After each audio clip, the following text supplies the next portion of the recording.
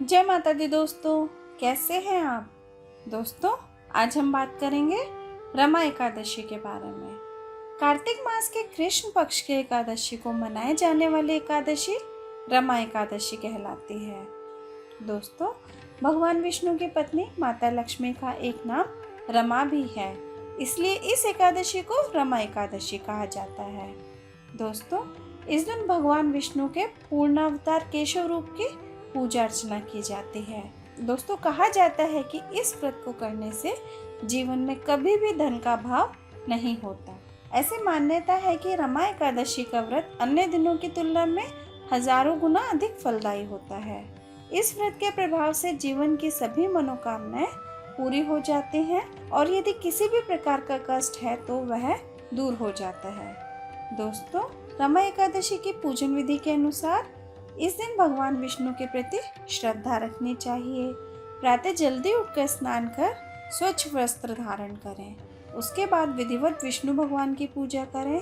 साथ ही भगवान विष्णु के साथ माता लक्ष्मी की अर्चना करना न भूलें। विष्णु भगवान को प्रसाद का भोग लगाएं और ध्यान रखें कि इस प्रसाद को भक्तों में वितरित करें। उसके बाद दिन में गीता का पाठ करें और शाम के समय विष्णु भगवान के सामने जाप करें। दोस्तों, व्रत की कथा के अनुसार एक बार धर्मराज युधिष्ठिर कहने लगे कि हे भगवान, कार्तिक कृष्ण एकादशी का नाम क्या है, इसकी विधि क्या है, इसके करने से क्या फल मिलता है, सो आप विस्तार पूर्वक मुझे बताइए। भगवान श्री कृष्ण बोले कि कार्तिक कृष्ण पक्ष की एकादशी का नाम रमा एकादशी है। यह बड़े बड़े पापों को नाश करने वाली है। इसका महात्म्य मैं तुमसे कहता हूँ, सो ध्यान पूर्वक सुनो। प्राचीन काल में मुचुकुंद नाम का एक राजा था। उसके इंद्र के साथ मित्रता थी और साथ ही यम, कुबेर, वरुण और विभीषण भी उसके सच्चे मित्र थे। यह राजा बड़ा धर्मात्मा, विष्णु भक्त और न्याय के साथ राज्य करता था। उस राजा की एक कन्या थी जिसका नाम चंद्रभागा था।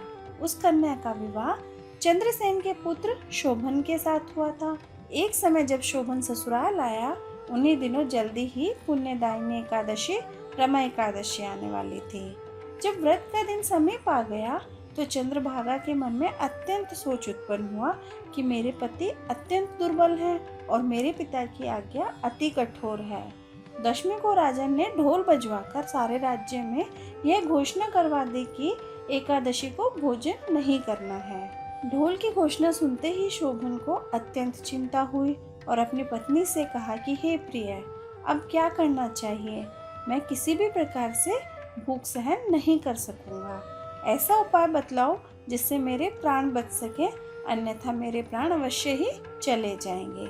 चंद्रभागा कहने लगी कि हे स्वामी, मेरे पिता के राज्य में एकादशी के दिन कोई भी भोजन नहीं करता।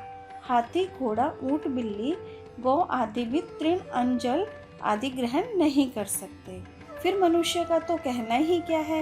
यदि आप भोजन करना चाहते हैं तो किसी दूसरे स्थान पर चले जाइए, क्योंकि यदि आप यही रहना चाहते हैं तो आपको अवश्य ही व्रत करना पड़ेगा। ऐसा सुनकर शोभन कहने लगा कि हे प्रिय, मैं अवश्य व्रत करूंगा। जो भाग्य में होगा वो देखा जाएगा। इस प्रकार से विचार कर शोभन ने व्रत रख लिया और वह भूख व प्यास से अत्यंत पीड़ित होने लगा। जब सूर्य नारायण भगवान अस्त होने लगे और रात्रि को जागरण का समय आया, जो वैष्णवों को अत्यंत हर्ष देने वाला था, परंतु शोभन के लिए अत्यंत दुखदायी हुआ। प्रातःकाल होते ही शोभन के प्राण निकल गए। तब राजा ने सुगंधित काष्ठ से उसका दाह संस्कार करवाया, परंतु चंद्रभागा ने अपने पिता की आज्ञा से अपने शरीर को दग्ध नहीं किया और शोभन की अंत्येष्टि क्रिया के बाद अपने पिता के घर में ही रहने लगी। रमा एकादशी के प्रभाव से शोभन को मंद्राचल पर्वत पर धन धान्य से युक्त तथा शत्रुओं से रहित एक सुंदर देवपुर प्राप्त हुआ। वह अत्यंत सुंदर रत्न और मणियों से जड़ित स्वर्ण के खंभों पर निर्मित अनेक प्रकार के स्फटिक मणियों से सुशोभित भवन में बहुमूल्य वस्त्राभूषणों तथा छत्र व चंवर से विभूषित गंधर्व और अप्सराओं से युक्त सिंहासन पर आरूढ़ होकर ऐसा रहने लगा मानो वो दूसरा इंद्र हो। एक समय मुचुकुंद नगर में रहने वाले एक सोम शर्मा नामक ब्राह्मण तीर्थ यात्रा करता हुआ घूमता घूमता उधर जा निकला और उसने शोभन को पहचान लिया और उसके निकट गया। शोभन भी उसे पहचान कर अपने आसन से उठकर उसके पास आया और प्रणाम आदि करके कुशल प्रश्न किया। ब्राह्मण ने कहा कि राजा मुचुकुंद और आपकी पत्नी कुशल से है, नगर में भी सब प्रकार से कुशल है, परंतु हे राजन, हमें आश्चर्य हो रहा है। आप अपना वृत्तांत कहिए कि ऐसा सुंदर नगर जो आपने कभी नहीं देखा ना सुना, आपको कैसे प्राप्त हुआ। तब शोभन बोला कि कार्तिक कृष्ण की रमा एकादशी को व्रत करने से मुझे यह नगर प्राप्त हुआ, परंतु यह अस्थिर है। यह स्थिर हो जाए ऐसा उपाय कीजिए। ब्राह्मण कहने लगा कि हे राजन, यह स्थिर क्यों नहीं है और कैसे स्थिर हो सकता है, आप बताइए, फिर मैं अवश्य ही एक उपाय करूँगा। मेरी इस बात को आप मिथ्या न समझिए।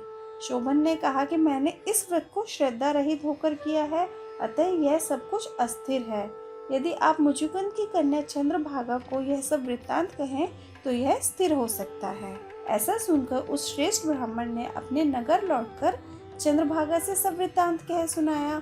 ब्राह्मण के वचन सुनकर चंद्रभागा बड़ी प्रसन्नता से ब्राह्मण से कहने लगी कि हे ब्राह्मण, ये सब बातें आपने प्रत्यक्ष देखी हैं या स्वप्न की बातें कर रहे हैं। ब्राह्मण कहने लगे कि हे पुत्री, मैंने महावन में तुम्हारे पति को प्रत्यक्ष देखा है, साथ ही किसी से विजय न हो ऐसा देवताओं के नगर के समान उसका नगर भी देखा है। उन्होंने यह भी कहा कि यह स्थिर नहीं है, जिस प्रकार वह स्थिर रह सके सो उपाय करना चाहिए। चंद्रभागा कहने लगी, हे विप्रवर, तुम मुझे वहां ले चलो, मुझे पतिदेव के दर्शन की तीव्र लालसा है। मैं अपने किए हुए पुण्य से उस नगर को स्थिर बना दूंगी। आप ऐसा कार्य कीजिए जिससे हमारा संयोग हो, क्योंकि वियोगी को मिला देना महान पुण्य है। सोम शर्मा यह बात सुनकर चंद्रभागा को लेकर मंदराचल पर्वत के समीप वामदेव ऋषि के आश्रम पर गया। वामदेव जी ने सारी बात सुनकर वेद मंत्रों के उच्चारण से चंद्रभागा का अभिषेक कर दिया। तब ऋषि के मंत्र के प्रभाव और एकादशी के व्रत से चंद्रभागा का शरीर दिव्य हो गया और वह दिव्य गति को प्राप्त हुई। इसके बाद बड़ी प्रसन्नता के साथ अपने पति के निकट गई। अपनी प्रिय पत्नी को आता देखकर शोभन अति प्रसन्न हुआ और उसे बुलाकर अपने बाईं तरफ बिठा लिया। चंद्रभागा कहने लगी कि हे प्राणनाथ, आप मेरे पुण्य को ग्रहण कीजिए। अपने पिता के घर जब मैं 8 वर्ष की थी तब से विधि पूर्वक एकादशी के व्रत को श्रद्धा पूर्वक करती आ रही हूँ। इस पुण्य के प्रताप से आपका यह नगर स्थिर हो जाएगा तथा समस्त कर्मों से युक्त होकर प्रलय के अंत तक रहेगा।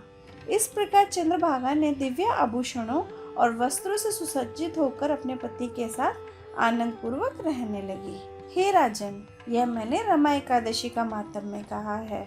जो मनुष्य इस व्रत को करते हैं उनके ब्रह्म हत्या आदि समस्त पाप नष्ट हो जाते हैं। कृष्ण पक्ष और शुक्ल पक्ष दोनों की एकादशियां समान हैं। इनमें कोई भेदभाव नहीं है, साथ ही दोनों समान फल देने वाली होती हैं। जो मनुष्य इस माहात्म्य को पढ़ते अथवा सुनते हैं वे समस्त पापों से छूटकर विष्णु लोक को प्राप्त होते हैं। दोस्तों, अगर आपको मेरी ये वीडियो पसंद आई हो तो प्लीज़ वीडियो को लाइक कीजिए, शेयर कीजिए और चैनल को सब्सक्राइब करना ना भूलें। Thank you.